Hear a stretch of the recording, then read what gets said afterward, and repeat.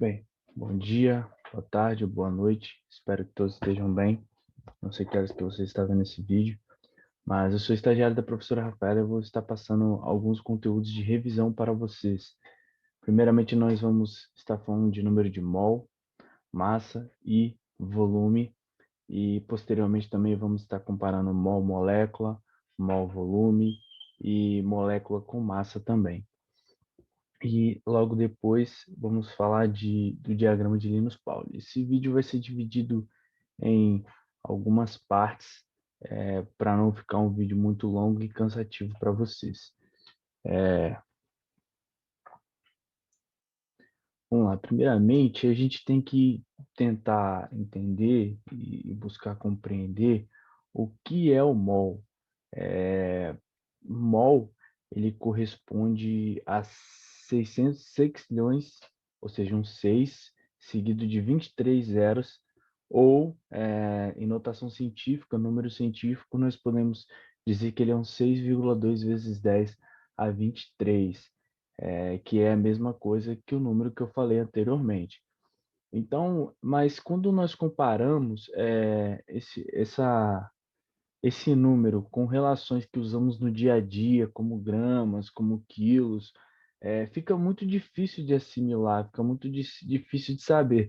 Por exemplo, tem uma brincadeira que eu gosto de fazer, que é o seguinte: imagina você chegar numa lanchonete e você pedir, moço, me vê 6,2 sextilhões ou 6,2 vezes 10 a 23 agregados atômicos de coxinha e o dobro de caldo de cana.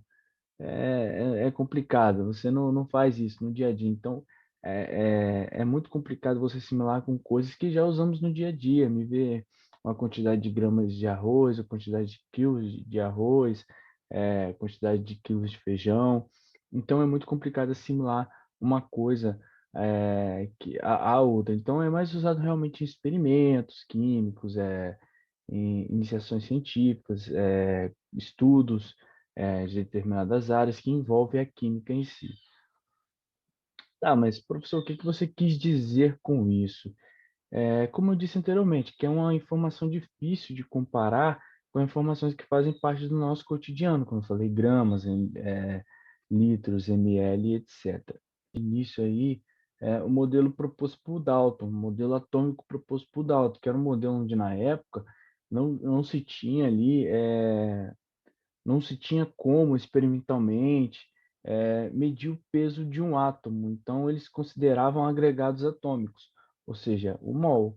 Eles usavam ali 6,2 vezes 10 a 23, ou 600 sextilhões, né? 600 sextilhões de agregados atômicos, ou seja, de átomos.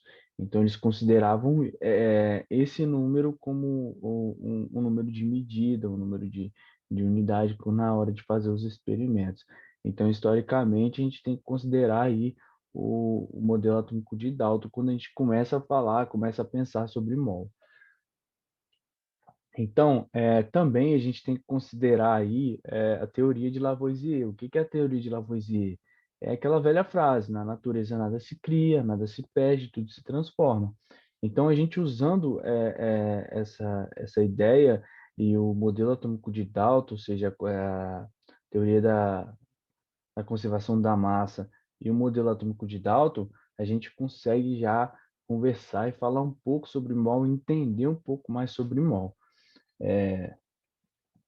Então, o Dalton também ele propôs que a matéria era constituída de átomos, e os átomos eles são caracterizados por sua massa atômica. A massa atômica nada mais é do que aquele númerozinho que a gente encontra, dependendo da tabela periódica, pode ser em cima ali da, do quadradinho do elemento da tabela periódica, pode ser tanto na direita quanto na esquerda, já vi tabela periódica também que pode ser encontrado embaixo. Então, é algo assim que depende muito da tabela periódica, mas é só olhar a legenda da tabela que você consegue entender, consegue achar ali o número de massa atômica do elemento químico. Então, a relação de mol e massa ela é dada pela tabela periódica, como falei, onde a gente localiza ali a massa atômica do elemento químico. Então, quando a gente vai olhar o hidrogênio, por exemplo, a gente vê que ele tem uma unidade de massa atômica, ou seja, um U, ou 1 grama por mol. A cada mol ele tem 1 grama. Ou seja, a cada 6,2 vezes 10 a 23 átomos de hidrogênio, nós temos 1 grama. Agora, já o carbono possui 12 U, ou seja, 12 gramas por mol. Então, quando a gente passa a entender, associar essa relação de massa e número de mol, a gente começa a entender um pouco. Então, partindo do princípio de que, por exemplo, como eu dei do hidrogênio, o carbono ele tem 12 gramas por mol, ou seja, ele tem a cada 1 mol, a cada 6,2 vezes 10 a 23 átomos de carbono, nós temos 12 gramas. Tá, Aleph, mas eu não entendi. Bem, para cada mol, como eu disse, ou seja, 6,2 sextilhões de agregados atômicos, 6,2 sextilhões de átomos, nós temos ali 12 gramas de carbono. Professor, mas tá, e quando nós falamos de moléculas, por exemplo? Quando nós falamos de moléculas, para determinar a massa atômica de uma molécula, nós temos que tomar a massa atômica de todos os átomos presentes, correto? Então, é, por exemplo, a água. Nós temos H2O, ou seja, nós temos 2 átomos de hidrogênio e 1 átomo de oxigênio.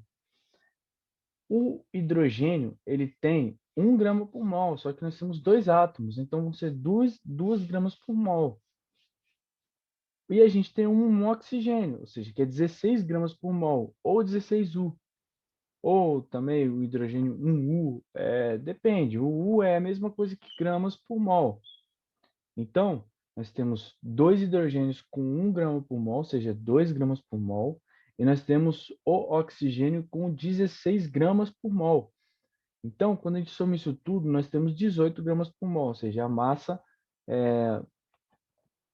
atômica da molécula de água é 18 gramas por mol. Então, ou seja, a cada mol de água nós temos 18 gramas.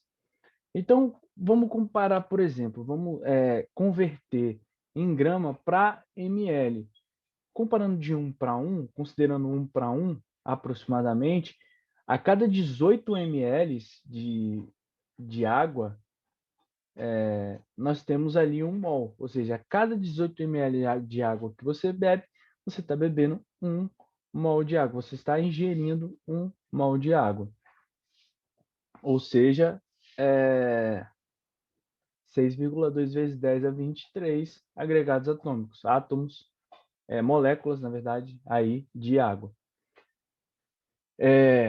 Então, só que tem um porém, a água nunca é pura, né? Considerando a água pura aí, se você beber água pura, mas a água nunca é pura, a água tem sais minerais, a água tem algum, dependendo de você, se você beber água da torneira ou coisa assim, você vai ter ali cloro, se você beber água de uma fonte também, vai ter os sais minerais presentes no solo, então aí tem muitas outras coisas presentes na água e não é água só pura. A gente tem que pensar e analisar o que é esse número primeiro. Primeiro, esse número ele é o número de Avogadro. Quem foi Avogadro? Avogadro é um cientista, na verdade o nome dele é Amedeo Avogadro. O nome não é um tanto quanto estranho, mas ele foi um cientista muito importante aí para a descoberta e nos estudos do MOL, né, também. Então, por isso que esse número, por isso que recebeu esse nome, por isso que esse número recebeu esse nome, por causa desse cientista. Então, aqui agora nós falamos sobre o quê? Nós falamos de mol, nós falamos historicamente o que é o mol, nós falamos o que devemos considerar quando conversamos, quando falamos sobre o mol, que é a teoria de Dalton, a teoria atômica de Dalton, a lei da conservação de massa de Lavoisier, e também nós falamos agora aí no final sobre Avogadro, que é esse número que eu estou comentando desde o início, 6,2 vezes 10 elevado a 23, ou seja, com o número 23 em cima do 10, é uma potência, ou 606 milhões de agregados atômicos, que é aproximadamente a mesma coisa também. Então, o que comentamos resumidamente foi isso. O que é um mol, ou seja, em síntese, um mol, ele é 6,2 vezes 10 a 23 agregados atômicos ou números de átomos presentes ali em determinada substância. Consideramos aí também, dei o exemplo da água para vocês, e, enfim, a primeira parte do vídeo é essa, e a segunda parte vai ser dada logo em seguida, onde a gente vai assimilar mol, onde nós vamos assimilar número de mol, massa e volume. Vamos dar exemplos de mol em moléculas, mais exemplos além da água. Vamos comparar mol e volume e mol e massa, ok? Então é isso aí.